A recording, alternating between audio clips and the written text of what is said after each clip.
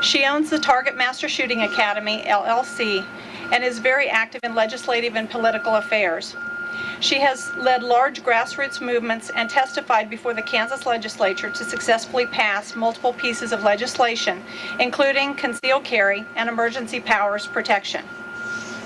She is president of the Kansas State Rifle Association. Thank you, Tammy. I appreciate the opportunity to speak to all of you today, and I really appreciate you being here. I apologize for my voice. I've been kind of on a run of classes back to back, and so I'm a little bit hoarse. I was asked to speak to you today about the Second Amendment and the right to bear arms. Let's understand right up front that your right to bear arms is a God-given right as well as a constitutional right.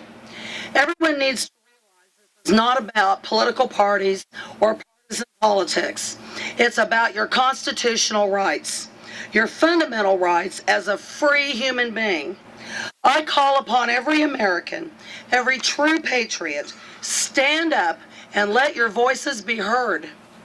I believe that we're living in the most dangerous time this nation has ever seen. We cannot remain silent or allow those with socialist agendas to silence us. It's time for a redress of grievances, and we must take a stand and make ourselves heard. The original Bill of Rights was drafted by James Madison. He considered suggestions from representatives of the various states who had the wisdom and foresight to realize that someday this country could find itself in the same position as they had been in, oppressed, disenfranchised, and controlled by a tyrannical government. The intent of those amendments was to protect individuals from government powers. They were meant as a guarantee to the individual state governments, as well as the American citizens, that the federal government would not try to take away the freedoms which many of them had fought and shed their blood for. The Second Amendment is the most important of those rights because it's the right that protects all the others. I believe that the Second Amendment right to self-protection and defense of liberty should be granted to all those eligible, including everyone of legal age and those who are not violent criminals. It's not a privilege, it's a right. The Founding Fathers believed that gun ownership was necessary for a country to be truly free. If the government distrusted the people so much as to disarm them, then that government no longer truly represented the people. In our structure of government, the power is supposed to lie in the hands of the people. How would it make sense for that government to take away the most effective means of self-defense from the people? Guns are a valuable tool for self-defense. It's an equalizer. A gun allows a small or unathletic person to defend themselves from a criminal, no matter how big or strong they may be. Guns are a great crime deterrent. When a criminal thinks you might be armed, he's less likely to choose you as a victim. The Second Amendment guarantees a fundamental individual right to have functional firearms in the home that are commonly owned without being connected to any service of the state or military organization. The Supreme Court also ruled that the Second Amendment is a fundamental part of the Bill of Rights, which guarantees citizens' individual rights. Associate Justice Antonin Scalia, writing for the majority, that Washington, D.C. gun laws violated the Second Amendment civil rights of D.C. residents, and those rights must be restored. In June, the Supreme Court will announce a decision in the McDonald v. Chicago case and should determine that the states cannot violate that right either.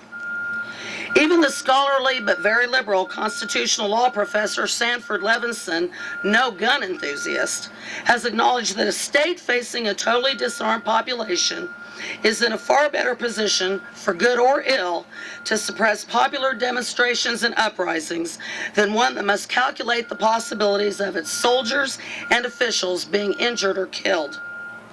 The risk associated with an unarmed populace is that it can be enslaved or annihilated by a rogue government. Throughout history, the unarmed have been safe only as long as the armed criminals or government agents have allowed them to be safe. The media makes some view every gun as a tragedy in the making. The evening news often shows a picture of a gun even when talking about a beating which didn't involve guns. Firearms are portrayed as being possessed by supernatural powers and discharging themselves, making them evil. Guns don't discharge. People discharge guns.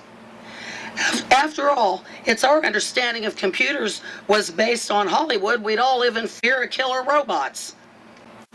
George Washington said, "A free people ought not only to be armed and disciplined, but they should have sufficient arms and ammunition to maintain a status of independence from any who might attempt to abuse them, which would include their own government."